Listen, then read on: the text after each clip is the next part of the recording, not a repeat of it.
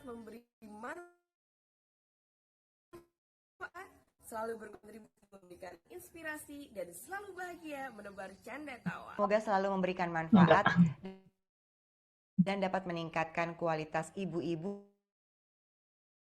serta calon ibu di Indonesia. Semoga bisa menginspirasi supaya ibu-ibu menjalankan semua perannya dengan bahagia. Bersyukur IPI bisa menjadi komunitas belajar bagi para ibu di seluruh Indonesia untuk terus bahagia dan berdaya.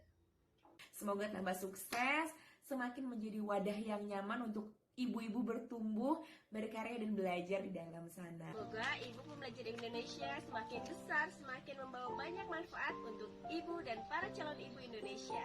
Semoga kedepannya IPI akan semakin berdampak dan membawa semakin banyak manfaat untuk lebih banyak lagi ibu dan calon ibu Indonesia. Dan untuk para relawan, semakin semangat ya. I love you.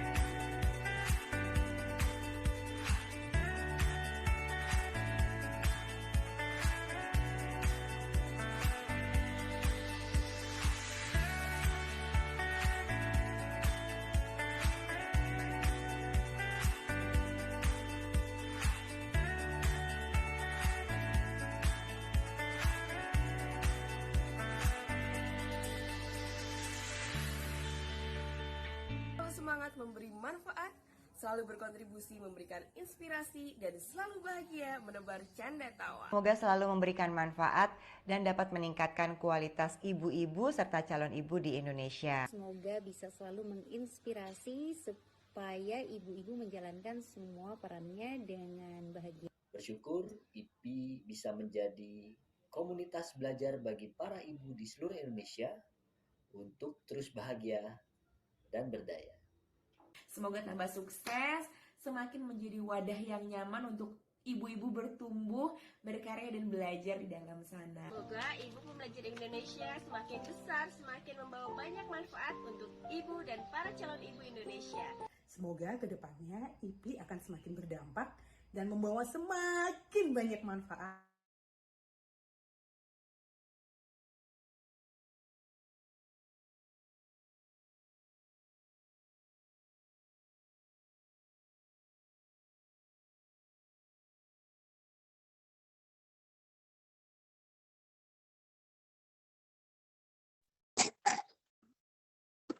Bismillahirrahmanirrahim. Assalamualaikum warahmatullahi wabarakatuh. Halo, selamat pagi ibu-ibu semuanya. Bagaimana kabar pagi hari ini? Alhamdulillah sehat ya Ibu ya. Boleh yuk Ramadan domisili. Silakan.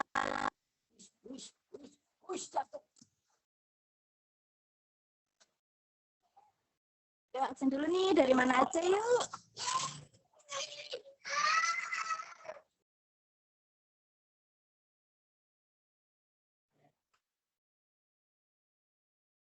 Oh, dari BSD. Hai, Mbak Wiwi dari Kerawang. Halo, Mbak Eni dari Sukoharjo. Oh, ada Bumin dari Bekasi. Selamat pagi. Oh, putus-putus suara aku ya.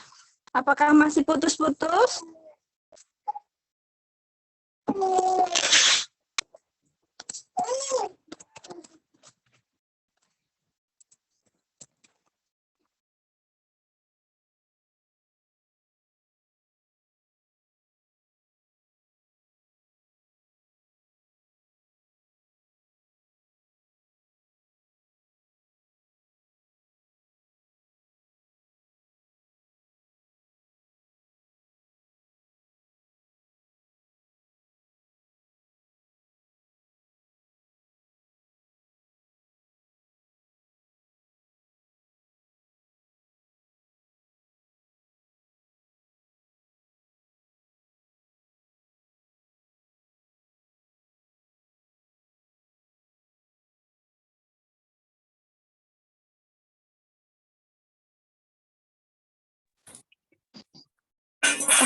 Maaf, tadi ada terkendala teknis.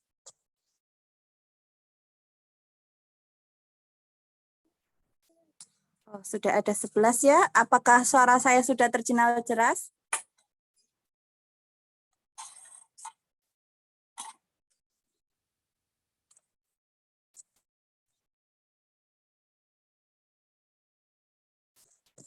Oke.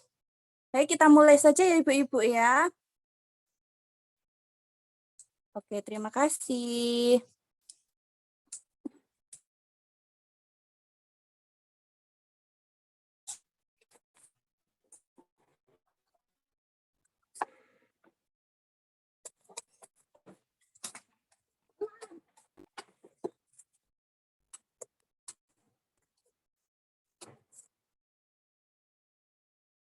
Oke, perkenalkan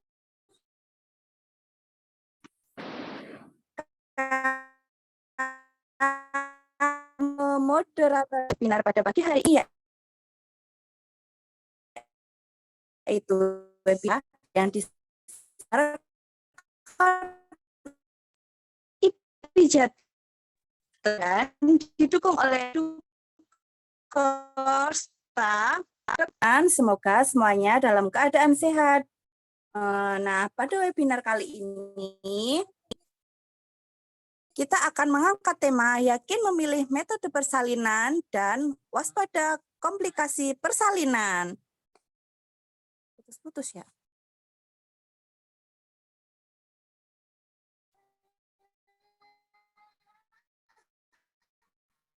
Nah, teman-teman di sini pasti penasaran ya, apa saja sih metode persalinan yang ada di Indonesia? Karena metode persalinan yang ada di Indonesia itu banyak, maka kita harus mengetahui plus minusnya seperti apa. Bagi teman-teman yang ingin mempelajari lebih lanjut tentang metode persalinan, silakan saksikan terus ya webinar ini sampai selesai.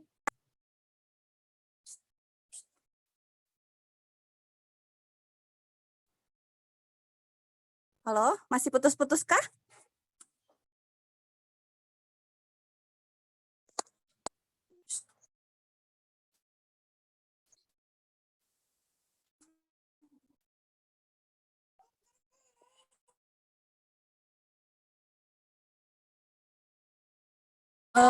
Saya akan membaca pagi hari ini.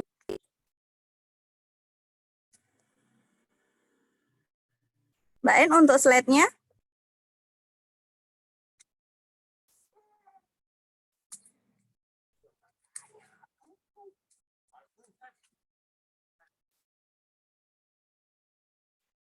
Next.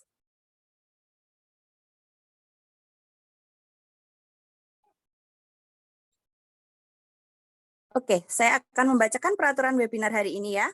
Yang pertama, peserta memakai ID sesuai nama peserta. Yang kedua, peserta mematikan suara atau mute selama webinar berlangsung, kecuali panitia atau narasumber memberikan izin untuk unmute. Baiklah, selanjutnya saya akan membacakan rundown untuk acara hari ini.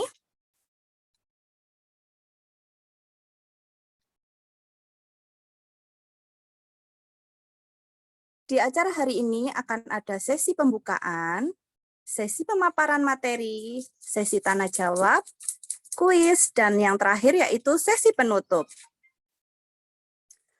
Sebelumnya, saya akan memperkenalkan narasumber kita hari ini yaitu Dr. Mufti Yunus, spesialis obstetri dan ginekologi.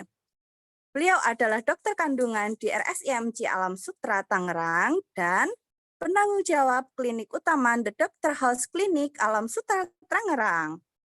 Beliau ini pendidikan terakhir yaitu di Fakultas Kedokteran Universitas Andalas, spesialis obstetri dan ginekologi pada tahun 2007.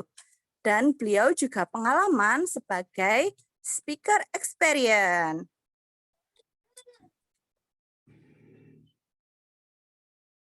Baiklah, kita sapa dulu yuk dokternya yuk. Selamat pagi Dokter Mufti Yunus. Assalamualaikum, selamat pagi. Waalaikumsalam. Jelas Dokter, ya? Suara saya bagaimana jelas? kabarnya? Oh, alhamdulillah. Jelas, dokter. Jelas ya? Oke. Alhamdulillah baik saya. Gimana? Alhamdulillah. Ini sehat? Terima kasih ya dok sudah bersedia hadir untuk memberikan pelajaran ke ibu-ibu pembelajar Indonesia khususnya di IP Jateng hari ini. Oke, ya. Oke, baik. Jadi teman-teman, saya ingin menginfokan ya bahwa selama 1 jam ke depan kita akan belajar bersama Dr. Mufti yang akan menjelaskan tentang metode persalinan, mulai dari pemilihan metode persalinan yang tepat, plus minusnya metode persalinan, hingga hambatan dan komplikasi persalinan. Tanpa berlama-lama lagi, dan di akhir webinar ini nanti akan ada sesi tanya-jawab. Nah, jadi bagi ibu-ibu yang punya pertanyaan untuk Dr. Mufti, nanti silakan ketik di kolom chat nama, spasi domisili, spasi pertanyaan untuk Dr. Mufti ya. Kalau begitu, tanpa berlama-lama untuk menghemat waktu, maka langsung saya serahkan ke Dr. Mufti. Silakan Dr. Mufti. Oke, terima kasih moderator Bu Burdi ya. Ya, Dok. Ya, bismillahirrahmanirrahim. Assalamualaikum warahmatullahi wabarakatuh.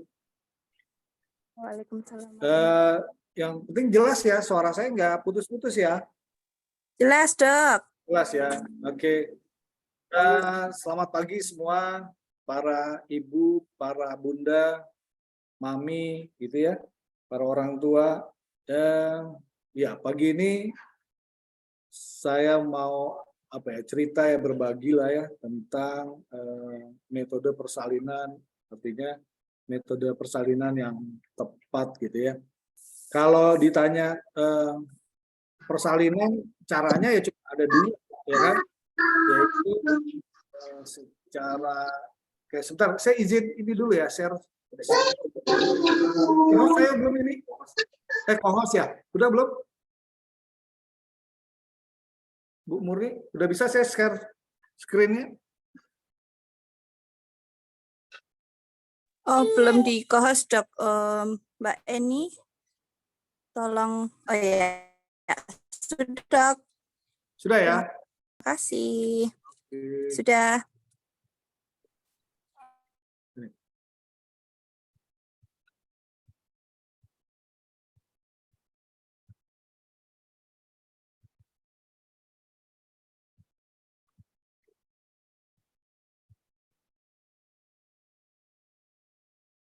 Sudah bisa terlihat screen-nya slide saya? Sudah, Dok. Sudah ya? Oke. Ya. Jadi kita mulai aja. Nanti judulnya memang memilih metode persalinan yang tepat. Tadi dari awal saya ngomong artinya kalau untuk persalinan itu cuma ada dua caranya, yaitu yang secara alami atau yang secara normalnya itu melalui pervaginam. Yang satunya secara perabdominal, atau artinya dengan sesar kalau yang pada yang sering disebut pada ibu-ibu ya dengan operasi sesar. Oke, kalau untuk metodenya kita coba kupas di sini pelan-pelan. Oke, jadi sebenarnya ada berapa jenis sih metode persalinan itu gitu ya. Jadi ini apa yang nanti saya mau sampaikan di pagi hari ini ya. Kemudian apa kekurangan dan kelebihan dari masing-masing metode persalinannya. Kemudian apa saja yang bisa mempengaruhi suatu persalinan itu sendiri ya. Kemudian gimana resikonya atau komplikasi yang bisa terjadi. Oke, saya lanjut. Jadi pada prinsipnya kehamilan itu harus dianggap, biarpun misalnya gini nih, udah anak ketiga, yang anak pertama 1, 2 lahirnya normal, terus baik-baik semua, terus sekarang hamil anak ketiga, jangan dianggap ini aman aja deh nanti. Jadi dokter juga nggak seperti itu. Pokoknya semua kehamilan, artinya di setiap kehamilan itu harus dianggap suatu kehamilan yang yang punya resiko tinggi. Artinya benar-benar semuanya itu diperhatikan, baik si ibunya, si janinnya dalam waktu proses persalinan itu sendiri. Ya, jadi kita lanjut lagi bahwa selama masa kehamilan atau menjelang suatu persalinan itu apa aja nih perlu dipersiapkan. Yang pertama untuk ANC-nya, artinya antenatal care-nya suatu ibu atau para mami ini kalau misalnya hamil itu minimal harus 6 kali melakukan pemeriksaan, baik itu ke dokter atau ke bidannya, minimal 6 kali ya. Kemudian yang paling penting benar, artinya kadang nih dianggap sepele nih, nggak perlu USG kok, yang apalagi kalau ini udah anak kedua gitu, anak pertama baik-baik aja. Jadi penting banget tuh suatu kehamilan, apalagi di awal kehamilan. Jadi kehamilan itu kan ada 3 trimester ya. Trimester pertama itu mulai dari 0 sampai 12 minggu. Kemudian trimester keduanya di atas 12 minggu sampai 27 minggu. Trimester ketiganya di atas 27 minggu sampai ke 40 minggu. Jadi justru di awal kehamilan itu penting sekali tuh diperiksa ke dokter untuk dilakukan USG. Tujuannya apa? Untuk memastikan, oh ini benar nih hamil. Terus hamilnya juga baik. Kelihatan di USG hamilnya artinya kantong kehamilannya itu ada di dalam rahim. Jangan sampai ternyata hamil taunya di luar rahim. Jadi itu penting sekali itu dilakukan pemeriksaan USG pada awal kehamilan. Kadang dianggap para ibu di sana, yang pertama, apalagi udah anak yang berikutnya tadi saya bilang ya, tuh nggak perlulah di USG. Biasanya baik-baik aja. Jadi itu penting sekali dilakukan pemeriksaan ultrasound ini ya. Kemudian yang paling penting menyiapkan segala sesuatunya, mulai dari artinya suatu kehamilan itu dari prakonsepsinya, konsepsinya sampai persalinan itu sendiri. Jadi kalau saya boleh bilang, kehamilan itu yang idealnya tuh harus dipersiapkan. Artinya enggak ujuk-ujuk datang ke dokternya, dok saya sudah terlambat haid, terus sudah dilakukan pemeriksaan tes pipisnya dengan peg test misalnya, udah positif nih dok. Jadi yang idealnya atau yang terbaiknya, kehamilan itu harus dipersiapkan. Karena tadi saya bilang tuh bahwa kehamilan itu merupakan suatu keadaan yang punya resiko, yang ada dampaknya baik si ibunya bisa menyebabkan kematian atau kecacatan, bayinya pun itu juga. Jadi memang harus dipersiapkan. Bukan artinya hamil terus nanti lahir bayinya udah selesai. Jadi intinya kalau kehamilannya dipersiapkan, biar nanti ibunya juga sehat, bayi yang dilahirkannya itu kalau cowok keren, nanti dia pinter, nanti gedenya jadi anak yang soleh, perempuan yang soleha, artinya benar-benar yang anak budiman gitu. Jadi emang harus dipersiapkan. Kita lanjut. Oke, jadi kalau di sini kalau kita lihat untuk persiapan persalinan yang paling penting tuh nih kalau kita lihat dari pertama yang harus dicari nih informasinya. Jadi artinya kalau para ibu, para mami di sana kalau mau persalinan mulai dari kehamilan kan udah dicari nih nanti ke dokternya kemana, rumah sakitnya mana atau bidannya kemana, itu udah dicari tuh informasinya yang jelas. Kemudian untuk persiapan persalinannya juga fisiknya harus dipersiapkan. Dengan begitu perlu nutrisinya yang cukup, baik itu cukup vitaminnya dan lain-lainnya. Terus kemudian mentalnya. Jadi banyak para ibu di sana, apalagi udah masuk ke mendekati fase ke persalinan tuh udah kian, apalagi kalau anak pertama tuh mulai stres tuh. Jadi nggak usah stres karena suatu kehamilan itu suatu keadaan fisiologis, semua perempuan akan mengalami itu gitu ya. Kemudian yang perlu dipersiapkan juga untuk persalinan spiritualnya itu sendiri. Sama yang paling penting lagi apa yang perlu dipersiapkan adalah finansial. Jadi kan kalau ibu-ibu yang mau melahirkan ini memang pasti yang dipersiapkan kan si suami. Kan nggak ujuk-ujuk nih tiba-tiba hamil terus melahirkan. Jadi emang harus kan ada waktu sampai 9 bulan 10 hari itu. Jadi finansial itu udah dipersiapkan dari awal. Oke, kita lanjut. Nah, sekarang kita bicara tentang indikasi persalinan. Indikasi itu artinya alasannya ya, alasan persalinan. Jadi pemilihan jenis persalinan itu harus jelas indikasinya itu ada 2 indikasinya. Indikasi artinya ini maksudnya tadi ya, bisakah dia lahir normal ataukah dia untuk lahir nggak bisa lahir normal, terpaksa harus lahir dengan sesar. Nah, indikasinya, alasannya itu harus bisa alasan karena dari ibunya ataupun alasan dari si bayi yang dikandungnya. Jadi bukan atas dasar alasan permintaan sendiri dari si pasiennya. Jadi nggak bisa seperti itu. Jadi harus alasannya dari dokter secara medisnya. Itu indikasi persalinannya. Kemudian tadi saya bilang bahwa jenis persalinannya sendiri itu cuma ada 2. Yang normal dengan pervaginam, yang satunya lagi dengan sesar. Kalau ditanya mana yang lebih baik, pastinya kalau ada Tuhan yang udah menciptakan alat reproduksi mulai dari rahim kemudian sampai ke darah vaginanya, itu pasti yang terbaik ya. Artinya resiko kemudian komplikasi dibandingkan dengan lahir dengan operasi sesar yang pervaginam jauh lebih baik. Kemudian apakah ada metode lain? Jadi maksudnya metode lain ini penyempurnaan dari tadi itu kalau lahir normal, ada nggak nih metode yang lainnya untuk penyempurnaan? Misalnya kan kalau yang di luar sana, waduh kalau lahir normal paling takut nanti karena sakitnya, seperti itu ya.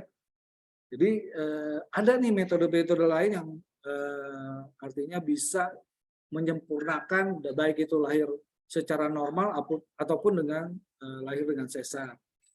Jadi kalau yang lahir normal itu ada metode lainnya itu dengan ILA ya dan ELA. Apa sih ini ILA? Itu singkatan dari intrathecal lumbal anesthesia.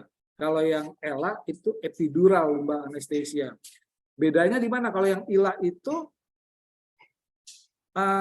yang umumnya sering disebut dengan cara spinal. Jadi ini hubungannya ke dokter anestesi ya. Artinya nanti dokter anestesi yang mengerjakan ini. Dan yang menentukan bisa ILA atau ELA itu adalah dokter kebidanannya. Nah, nanti dokter anestesinya melakukan apakah dengan ILA ataupun dengan ELA. Nanti saya coba kasih tahu di mana bedanya antara ILA sama si ELA itu sendiri. Sedangkan metode lainnya untuk sesar itu sekarang lagi populer banget, yaitu dengan ERAX ya. ERAX itu singkatan dari Enhanced Recovery After Cesarean Section atau Cesarean Surgery. Malah sekarang bukan di ERAX aja, artinya bukan di sesar aja. Sekarang untuk pasien-pasien yang operasi dengan ginekologi ya, misalnya operasi angkat miom, angkat kista atau angkat rahim, udah mau dipakai, udah jalan juga nih metode ini. Saya sudah coba lakukan juga metode enhanced recovery ini ya pada ginekologi surgery. Oke, kita lanjut.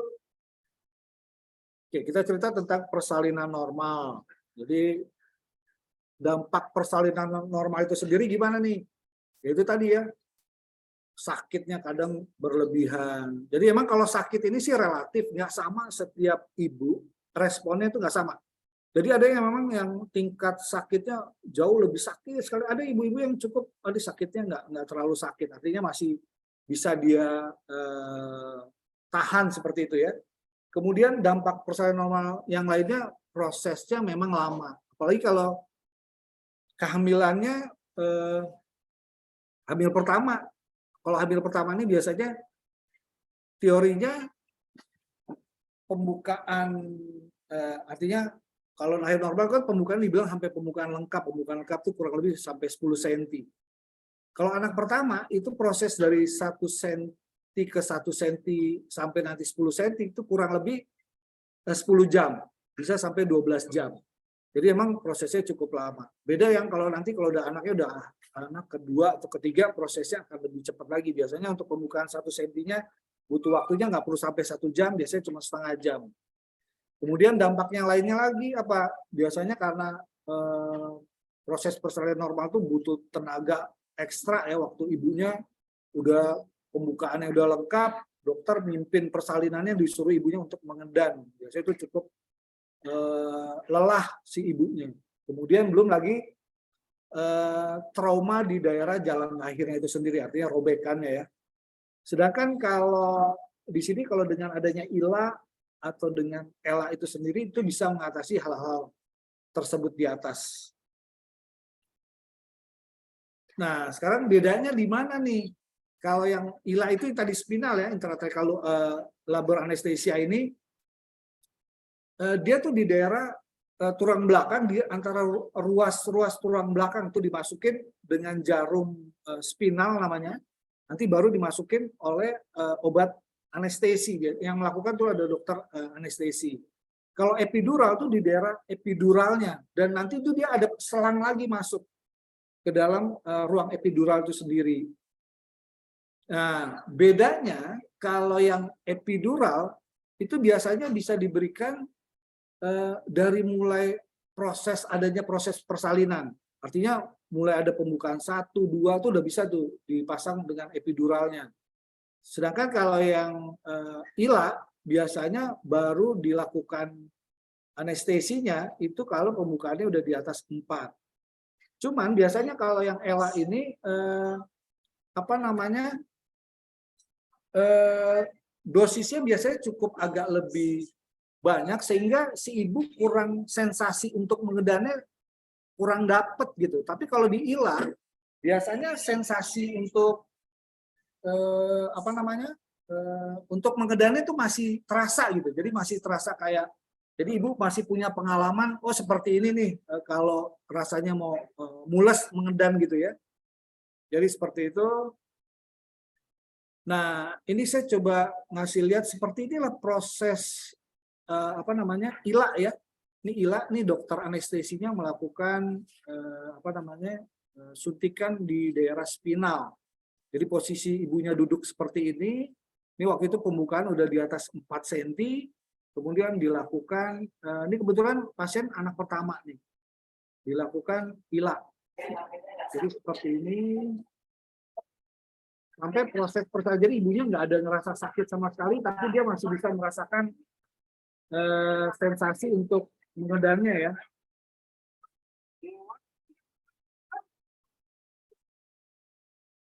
Kurang lebih seperti itu ya.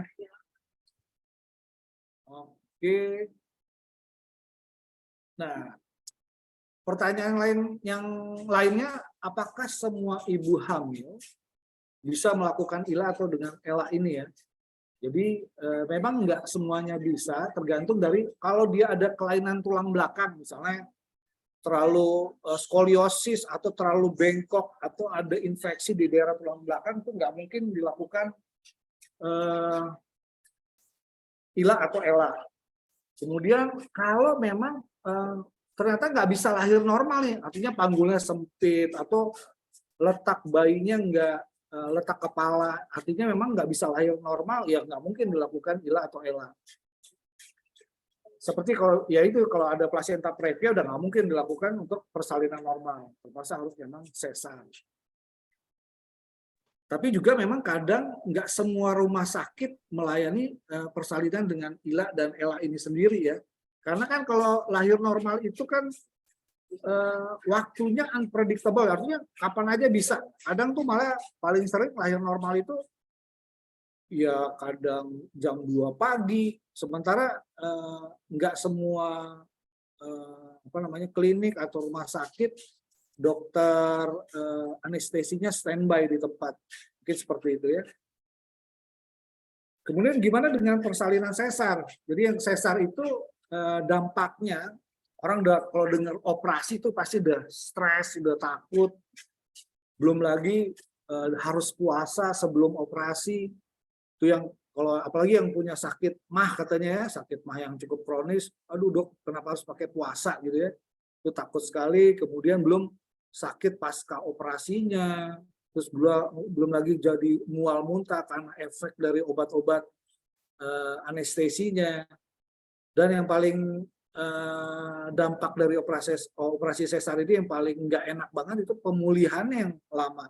Beda banget kan kalau dengan yang lahir normal. Kalau lahir normal sekarang lahir besok bisa pulang kan gitu. Kalau lahir dengan sesar biasanya kalau dulu kalau sekarang dioperasi pulangnya itu nanti 3 atau 4 hari kemudian baru bisa pulang. Sedangkan dengan adanya ERAX, hal-hal yang tadinya takut karena nyerinya, stres karena nanti dia harus puasa yang cukup lama, kemudian pemulihan yang lama, dengan adanya sekarang metode ERAX itu semua bisa diatasi, bisa artinya diminimalkan gitu ya. Nah, ERAX itu adalah suatu enhanced recovery after cesarean section. Jadi artinya sebenarnya sih prinsipnya dengan ERAX ini gimana caranya untuk mempercepat si ibunya untuk mobilisasi, artinya cepat dia recovery-nya. Ya.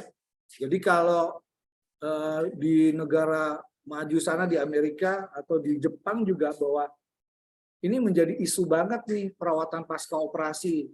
Makanya ERAX ini jadi andalan di sana.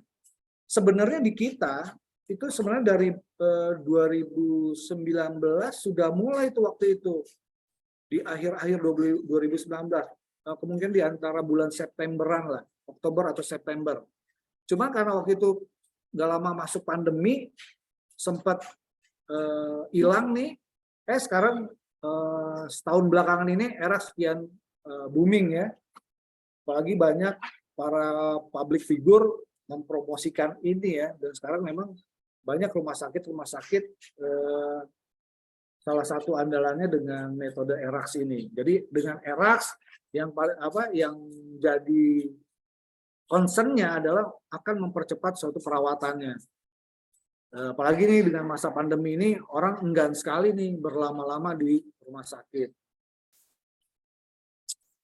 Jadi untuk ERAX ini juga bukan ujuk-ujuk harus nanti datang terus ERAX, tetap harus diperhatikan mulai dari gimana sebelum operasinya, gimana nanti waktu pas di intraoperasinya, kemudian pasca operasinya. Jadi yang paling penting lagi adalah untuk ERAX ini adalah suatu metode yang harus teamwork yang bekerja di sini ya. Jadi ada dokter kebidanan di sana, dokter obgynnya, kemudian dokter anestesi, kemudian ada dokter anak, sama yang paling penting juga dari manajemen rumah sakit itu sendiri, artinya dari bagian keperawatan. Jadi malah yang lebih ekstrimnya lagi, artinya suatu rumah sakit kalau udah punya metode ERAX itu semuanya udah harus tahu, sampai misalnya dari satpamnya sendiri misalnya itu udah paham tuh kalau ERAX tuh ada di rumah sakit ini dan tahu yang harus seperti apa ininya gitu ya. Artinya memang butuh teamwork yang bekerja. Kemudian bagaimana metode ERAX ini ya dilakukan mulai dari sebelum operasi. Jadi kalau dibandingkan dengan operasi sesar yang konvensional dengan metode ERAX, kalau dulu yang konvensional sebelum operasi sesar, si ibu harus dipuasakan dulu tuh minimal antara 6 sampai 8 jam. Tapi dengan ERAX justru enggak, malah puasanya hampir nggak ada. Jadi malah 2 jam sebelum operasi itu biasanya disuruh minum yang tinggi karbohidrat. Tapi kalau yang ibu-ibu yang ada penderita gula, sakit gula itu nggak dianjurkan. Jadi seperti itu ya. Jadi malah 2 jam sebelum operasi itu udah dikasih obat, artinya minum yang tinggi karbohidrat. Di mana 8 jam sebelumnya boleh tuh masih makan nasi dengan lauknya, kemudian 6 jam sebelum operasi diberikan snack, bisa kasih biskuit, kemudian roti, termasuk juga dengan jus dan susunya. Baru 2 jam sebelum operasi dikasih lagi tuh ya, minuman yang tinggi akan karbohidrat. Jadi di sebuah studi menyebutkan bahwa pemulihan yang cepat setelah bedah sesar itu memiliki angka kepuasan yang lebih tinggi tuh jika dibandingkan dengan mereka yang nggak pakai dengan metode ERAX ini ya. Hal ini menandakan bahwa protokol dengan ERAX ini memiliki angka kepuasan yang lebih tinggi. Kemudian keuntungannya di mana tingkat keberhasilan teknik ini didukung oleh peran dokter selama proses pre dan pasca operasinya. Lalu apa sih keuntungan dari ERAX ini ya? Pertama, memungkinkan pasien dapat duduk sambil bisa menyusui 2 jam pasca operasi, atau di kamar perawatan pasien udah bisa dimobilisasi seperti biasa. Jadi artinya gini, kalau yang dulu operasi sesar yang konvensional, biasanya pasca operasi, artinya dari kamar operasi, itu baru masuk ke dalam kamar rawatan, itu biasanya pasien masih tertidur tuh, nggak boleh berduduk.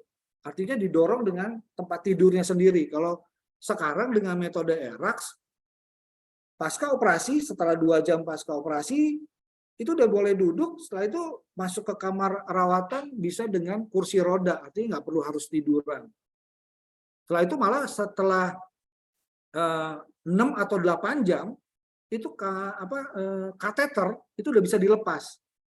Kemudian 8 jam kemudian pasca operasi si pasien udah bisa belajar untuk jalan. Makanya ini butuh banget teamwork dengan tim keperawatannya itu sendiri ya. Jadi kalau ini saya ada sedikit lihat videonya, kebetulan ini ada pasien belum lama saya lakukan ERAX. Jadi yang penting tuh ERAX tuh kuncinya, kalau misalnya operasinya sekarang, ya besok udah bisa pulang, itu namanya ERAX. Tapi kalau misalnya operasinya sekarang terus pulangnya 3 hari juga tuh ya, artinya ERAX-nya nggak berhasil. Jadi seperti ini, jadi butuh memang teamwork nih, tim bidan dan keperawatannya ya. Ini pasien pasca operasi 7 jam pasca operasi sesar ya udah bisa jalan, kateter juga udah dilepas. Sementara kalau yang sesar yang konvensional, kateter itu baru dilepas 24 jam pasca operasi baru bisa dilepas, itu pun belum boleh duduk, baru suruh miring kiri kanan, belajar terus duduknya bertahap baru bisa berdiri. Jadi nggak bisa langsung seperti ini. Oke, jadi seperti ini.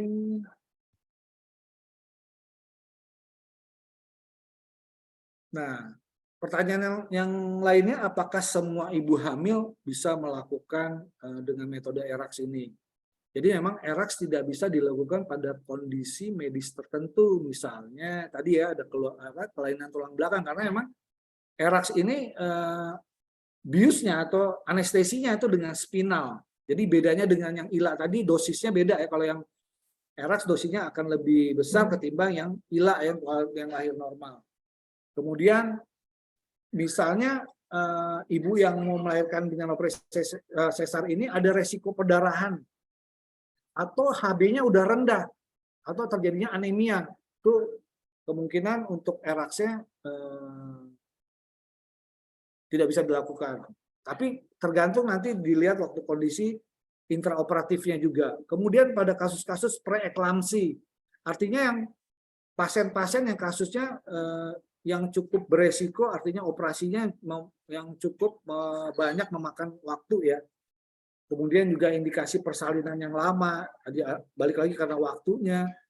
Kemudian juga kondisi medis lain berdasarkan penilaian dari dokter objin. Jadi emang nggak semuanya. Kemudian apakah bisa melakukan persalinan normal? Ini sedikit agak ini ya. Ini karena banyak juga nih pertanyaannya. Bisa nggak sih dok lahir normal kalau udah pernah lahir sesar? Sebenarnya bisa. Yang penting syaratnya terpenuhi. Nanti syaratnya nanti di lain waktu deh kita cerita pasien-pasien yang mana nih, atau artinya ibu-ibu yang mana yang bisa lahir normal yang sebelumnya pernah lahir sesar. Itu yang dikenal dengan vaginal birth after cesarean. Jadi yang jelas syaratnya bekas sayatan atau potongannya, artinya yang di rahimnya ya, bukan yang di luar perutnya ini. Di rahimnya itu nggak boleh yang potongan ke rahimnya itu ke atas, yang transversal. Jadi yang boleh itu yang potongannya yang melintang. Bukan di rahim ya, bukan di perutnya. Kalau sekarang kan rata-rata potongan sesar di lipatan perut yang ke samping, artinya di daerah apa namanya perut di bikini line lah istilahnya. Kalau pasti pakai bikini nggak kelihatan tuh, jadi yang potongannya melintang seperti itu. Terus tidak ada riwayat robek di rahimnya, itu nggak boleh untuk lahir normal yang udah bekas sesar.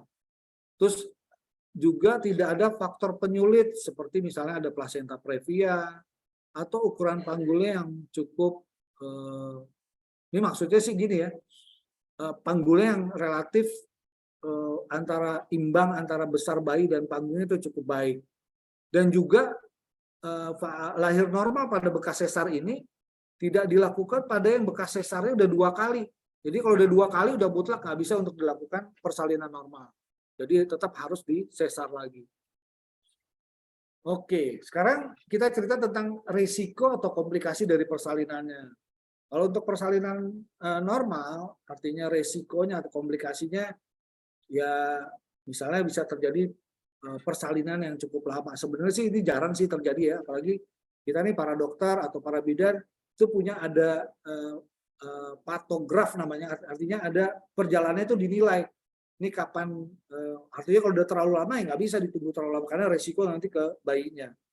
Kemudian yang komplikasinya bisa terjadi ketubannya pecah dini, adanya distosia. Distosia itu misalnya bahunya yang atau bayinya yang terlalu besar gitu ya, itu bisa artinya resiko dari komplikasi dari persalinan. Terus adanya sisa plasenta, retensio plasenta, artinya si ari-arinya nggak lengkap, masih nyangkut di plasentanya. Kemudian resiko lainnya adanya perdarahan pasca melahirkan. Sedangkan untuk sesar resikonya bisa terjadi infeksi, bisa terjadi perdarahan, ada trombosis, ruptur uteri artinya robek dari rahimnya sendiri. Sama yang paling nggak enak itu kalau resiko komplikasi dengan sesar ini adanya adesi itu perlengketan.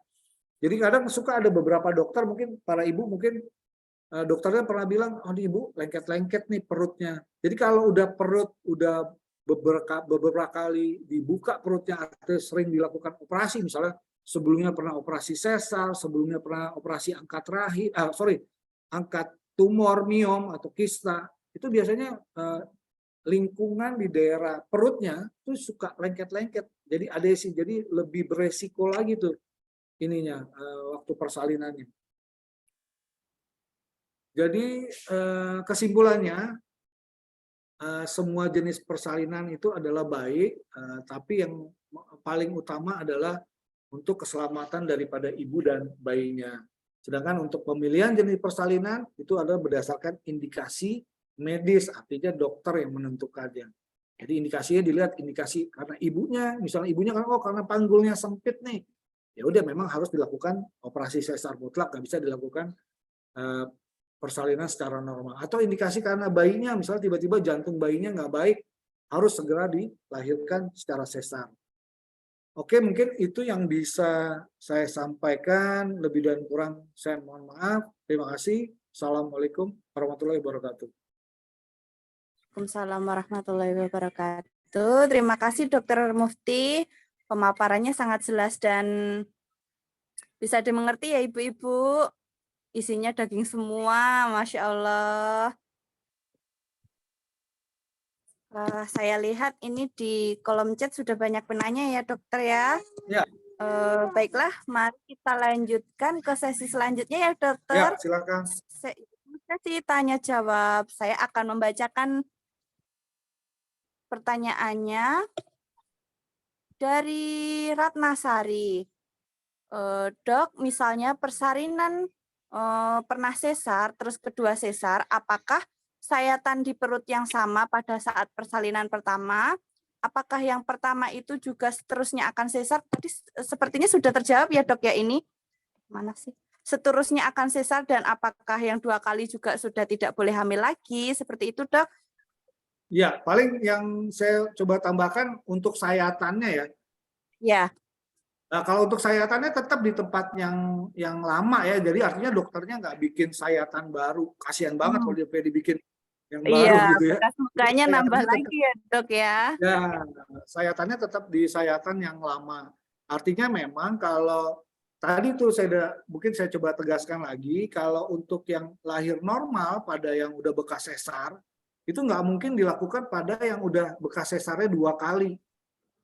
Oke. Jadi kalau udah 2 kali sesarnya mutlak nggak bisa dicoba untuk lahir normal. Jadi harus lahir sesar lagi. Sesar Tapi lagi. tapi kalau misalnya lahir pertamanya dia sesar, tapi indikasi sesarnya misalnya karena panggulnya sempit, ya mutlak untuk lahir berikutnya nggak bisa juga untuk lahir normal, tetap harus lahir dengan sesar lagi. Karena kan panggulnya sempit, artinya kalau udah panggulnya sempit nggak mungkin berikutnya bisa panggul ibunya jadi tambah luas gitu ya. Jadi emang panggulnya nggak mungkin berubah ya dok ya. Tapi kalau misalnya gini, lahir pertamanya di sesar, tapi indikasi sesarnya yang pertama misalnya karena pecah ketuban duluan misalnya. Artinya udah kekeringan duluan nih. Kemudian terus dokternya menganjurkan untuk segera dilakukan sesar. Kalau seperti itu masih ada tempatnya untuk kehamilan berikutnya. Bisa normal ya dok ya. Lahir normal. Cuman syaratnya lagi harus di atas 2 tahun dia baru bisa hamil lagi gitu. Baru untuk nanti coba lahir normal. Oke. Mungkin itu bisa saya jawab ya. Iya, selanjutnya dari Ibu Siti Nur Seha Pemalang, Dok izin bertanya, saya pernah mendengar yang namanya rumput Fatimah, kata orang tua bisa melancarkan kontraksi. Apakah demikian itu mitos atau fakta? Dan apakah kontraksi alami dan buatan suntikan tambahan dokter itu tidak akan membahayakan keduanya? Atau memang harus disarankan dengan penambahan cairan agar kontraksinya berjalan lancar? Seperti itu dok. Oke, bagus banget nih pertanyaannya. Jadi emang apalagi dulu waktu saya masih di daerah ya, Iya. sering tuh dapat tuh. Jadi emang dari mamahnya, artinya dari orang tua si ibu yang mau melahirkan, nih minum ini nih rumput Fatimah biar nanti lancar persalinannya. Saya juga nggak tahu persis isinya apa itu rumput Fatimah. Cuman memang kadang-kadang bukan kadang-kadang ya udah beberapa kali yang seperti itu. Setelah minum rumput Fatimah itu kontraksinya jadi berlebihan gitu. Jadi malah itu sangat berbahaya sekali karena malah kontraksi atau kontraksinya itu nggak terukur. Jadi kalau kontraksi yang baik itu harusnya dia bisa terukur. Artinya berapa intensitasnya. Kalau nggak terukur itu resikonya bisa ruptur daripada rahim. Artinya bisa robek. Robek, iya, terjadi robekan. Apalagi kalau sampai dikombinasi, misalnya si ibunya nggak cerita udah minum rumput Fatimah, dokter melakukan induksi ya, induksi persalinan rangsang. Jadi induksi persalinan itu juga dokter melakukan berdasarkan indikasi, nggak tiba-tiba dokter aja suruh melakukan induksi ya. Jadi ada beberapa alasannya. Misalnya gini, kalau seorang ibu yang sedang hamil, kehamilannya udah lewat waktu nih, misalnya udah lewat dari 41 minggu, udah lewat dari taksiran persalinannya. Nah, kalau udah seperti itu biasanya dilihat dulu lagi sebelum dilakukan induksi karena belum ada mulus-mulus juga. Biasanya si pasien, si ibu yang sedang hamil ini, dokter menganjurkan melakukan pemeriksaan USG sama CTG dulu. Tujuannya untuk melihat fetal well-being, kesejahteraan dari si bayinya nih.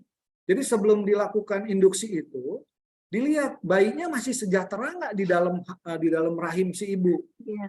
Kalau misalnya dari hasil USG dinilai gerak bayinya masih oke, air ketubannya cukup, denyut jantungnya baik, kemudian dikombinasi dengan pemeriksaan CTG, kardiotokografi, dilihat kontraksinya seperti apa, terus kemudian ada nggak deselerasi, artinya penurunan dari denyut jantung bayinya selama 15 menit dinilai. Kalau itu ternyata baik semua, bisa dilakukan induksi persalinan, artinya dirangsang si ibunya dengan macam-macam tuh caranya. Ada yang melalui infus dikasih obat, ada lagi yang disuruh minum obat ya, melalui Oral ya dok ya? Oral, ada juga yang melalui vagina atau melalui anus tuh dikasih obatnya. Oh iya. Gitu.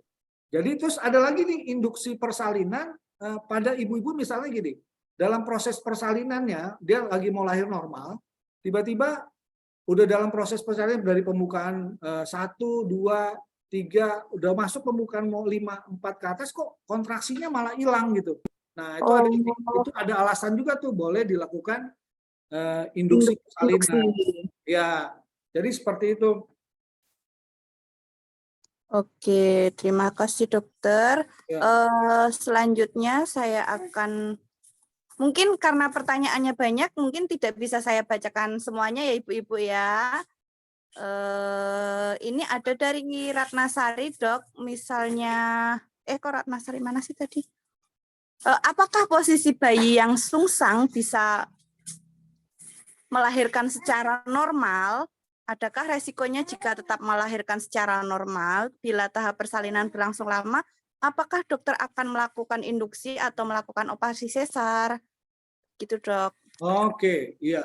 Bagus nih pertanyaannya. Jadi apakah bisa nih yang posisinya sungsang? Sungsang itu artinya posisi bokongnya atau pantatnya si bayi ada di jalan di depan ya, di bawah jalan lahirnya, di pintunya gitu ya. Sementara posisi kepalanya ada di atas, itu sungsang. Boleh nggak nih lahir normal? Sebenarnya boleh.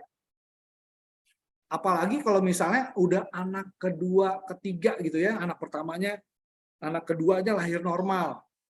Itu boleh benar untuk lahir normal. Tapi kalau misalnya dia letak sungsang, terus hamil pertama, dilihat dulu nih kenapa kok bukan kepalanya yang ke bawah, di bawah, kok malah bokongnya di bawah. Karena gini, yang benernya si bayi kalau udah usia di atas 35 minggu ke atas, artinya kan kalau udah cukup bulan kan dibilang 37 minggu. Yeah. Kalau bayi di atas 35 minggu itu beratnya kurang lebih udah 2,5 ke atas, 2,5 kilo. Jadi kalau udah berat 2,5 kilo, bagian bayi yang paling berat itu adalah kepala. Nah, harusnya kalau anak pertama dimasuk di 36 minggu, itu harusnya kepala udah ada letaknya di bawah. Dan biasanya dia udah masuk ke dalam panggul ibunya. Tapi kalau tiba-tiba nih anak pertama kok ternyata yang di bawah bokongnya. Artinya ada sesuatu tuh. Dicari dulu penyebabnya. Apakah ada plasenta yang menghalangi? Apakah ada tumor juga di sana yang menghalangi? Atau memang panggulnya yang sempit gitu. Oke. Kalau panggulnya sempit, yang harusnya kepala tadi berat dia masuk, dia akan balik lagi gini, panggulnya sempit, jadi balik lagi akhirnya bokong gitu. Jadi kalau seperti itu memang tidak direkomendasikan untuk lahir normal, sebaiknya dengan besar. Terus kalau ditanya resikonya apa? Ya resikonya itu tadi. Kalau ternyata lahir dengan normal dipaksa dengan lahir dengan posisi sungsang, kalau dokternya nggak mateng betul, artinya kenapa dia sampai sungsang, apalagi itu di anak pertama, resiko nanti partus atau persalinannya juga lama, resiko bayinya juga nggak baik nanti waktu lahirnya karena terlalu lama di jalan lahir, nyangkut, terjadi distosia. Karena bagian kepala itu kan yang paling besar ya, paling diameternya paling besar dari organ-organ si bayi. Sementara kan bokong atau pantat si bayi lebih kecil. Jadi waktu lahir, misalnya dia bokong, lahir nih, gampang dia bokongnya. Pas waktu masuk di bahu sama kepala ternyata nyangkut.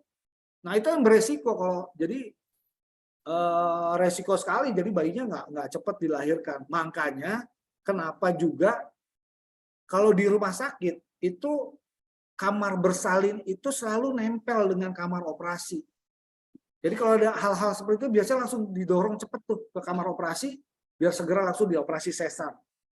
Jadi itu juga alasannya kenapa kamar bersalin itu nempel dengan kamar operasi. Itu salah satu alasannya juga. Mungkin itu yang bisa saya jawab. Makasih. Oke, terima kasih dokter. Mungkin pertanyaan terakhir ya dok, boleh via raise hand silakan. Dikasih kesempatan untuk ngobrol langsung dengan Dokter Mufti.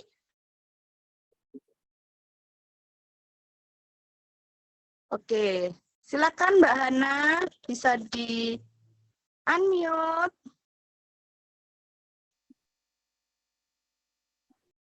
Halo Mbak Hana.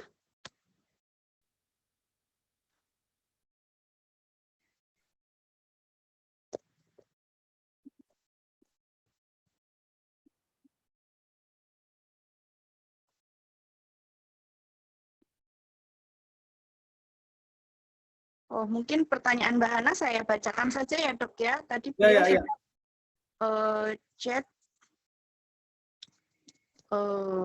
Mbak Hana. Tanya Dokter Mufti, yang pertama dokter, bagaimana membedakan ILA dan ELA? Dan bagaimana pula dengan VBAC atau ERAX? Yang kedua, banyak banget ini pertanyaan, enggak apa-apa ya dok ya. Dari poin pertama, apakah efek negatifnya, apakah yang harus kita persiapkan?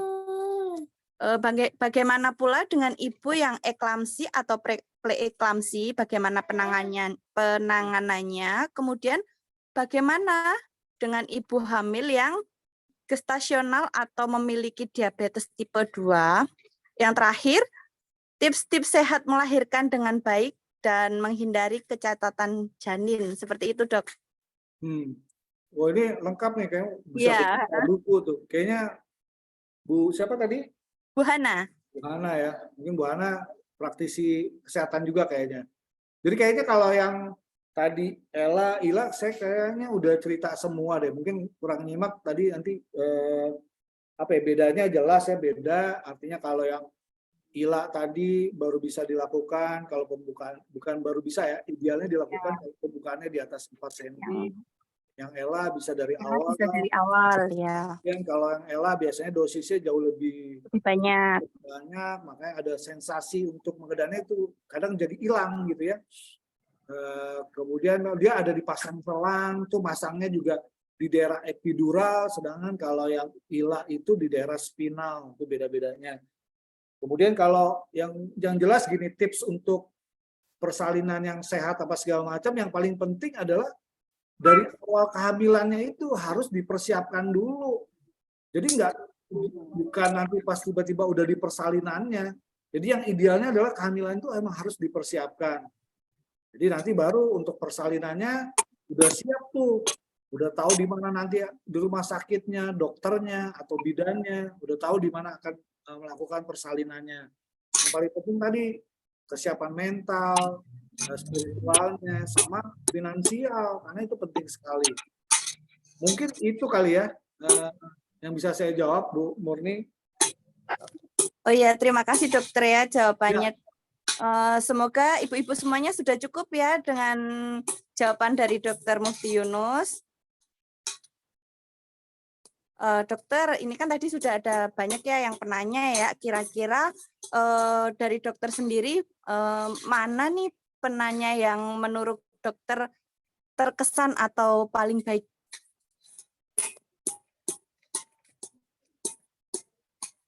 Masih di mute dok, maaf. Oh iya, Oke. Memang kan karena pertanyaannya banyak ya, cuman yang tadi dia sempat kita jawab, mungkin yang tadi sungsang kali ya itu baik tuh di Oke, yang tadi sungsang. Sebentar ya dok ya. Naik. Mbak Ratnasari ya, apakah posisi bayi sungsang ya dok ya? ya. Oke, terima kasih Mbak Ratnasari. Oke. Nanti silakan Japri Bumin IPI Jateng ya. Selamat. Baiklah Dokter Mufti dan ibu-ibu semuanya. Rasanya webinar ini tidak afdol kalau belum foto bersama. Ayo, mari kita foto bersama ya. Mohon izin ya dokter ya. Ya, silakan. Ayo monggo, silakan silakan on cam. Boleh dandan dulu. Iya, nih terlihat ibu-ibu cantiknya. Ayo, silakan on cam, masih ditunggu.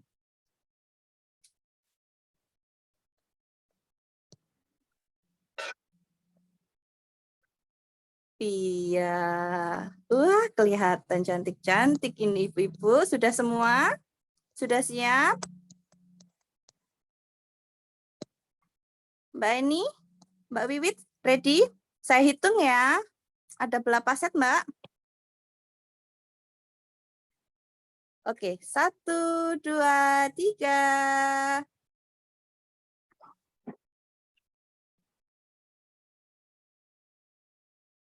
Oke, 1, 2. Next. 1, 2, 3. Sudah? Oke, terima kasih. Terima kasih Dokter Mukti atas waktunya dan ilmunya ya, mengingat adanya kesibukan dokter yang lain. Boleh dokter jika ingin live duluan, enggak apa-apa dok. Kita haturkan terima kasih. Bye-bye dokter. Saya pamit. Iya, terima kasih dokter.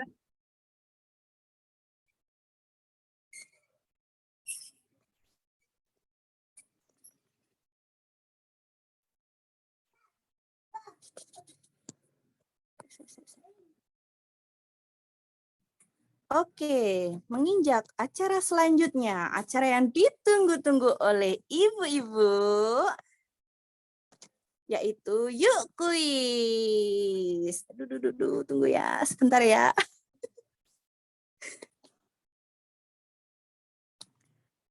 Di sesi ini kita akan menggunakan jurus 1000 jari. Plak, plak, plak, plak. Nanti silakan ketik jawabannya di kolom chat ya, Ibu ya.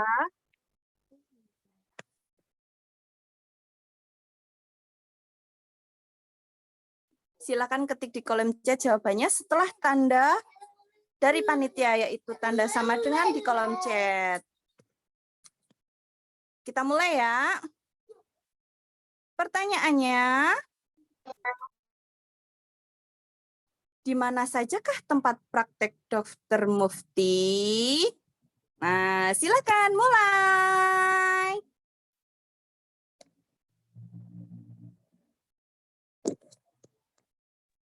Stop. Oh, belum. Banyak. Yuk, masih berlanjut. Ayo, clue-nya saya kasih clue ya. Ada 2 lokasi dokter Mufti prakteknya ada 2. Clue-nya yang pertama titik, dan yang kedua titik. Nanti pemenangnya yang dipilih yang paling tepat dan paling cepat. Ada 2 ya lokasinya ya.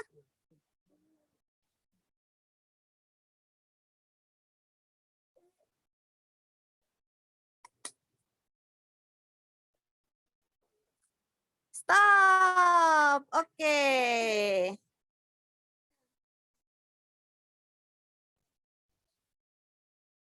menjawab? Yang paling cepat dan paling tepat ada 2. Jawabannya yaitu RSIMC Alam Sutra dan Dr. House Klinik. Ini masih kurang kliniknya, enggak apa-apa ya Mbak ya. Ada Mbak Putri Utami Aryani. Nanti silakan chat Bumin dari IP Jateng ya.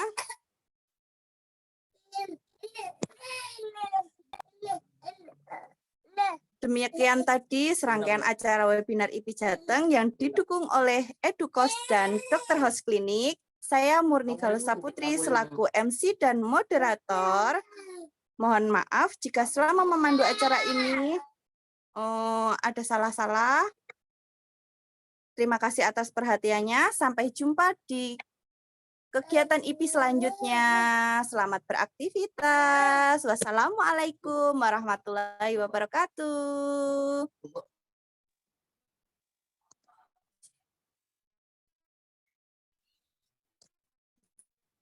Terima kasih Mbak Murni. Terima kasih Vijateng. Terima kasih sudah hadir di webinar hari ini.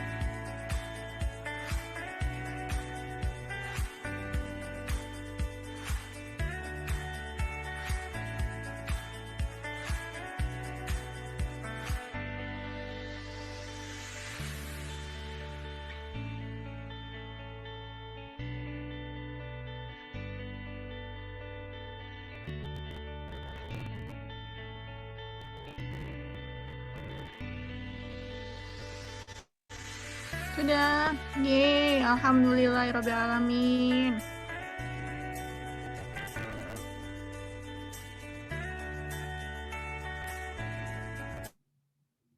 Alhamdulillahirabbil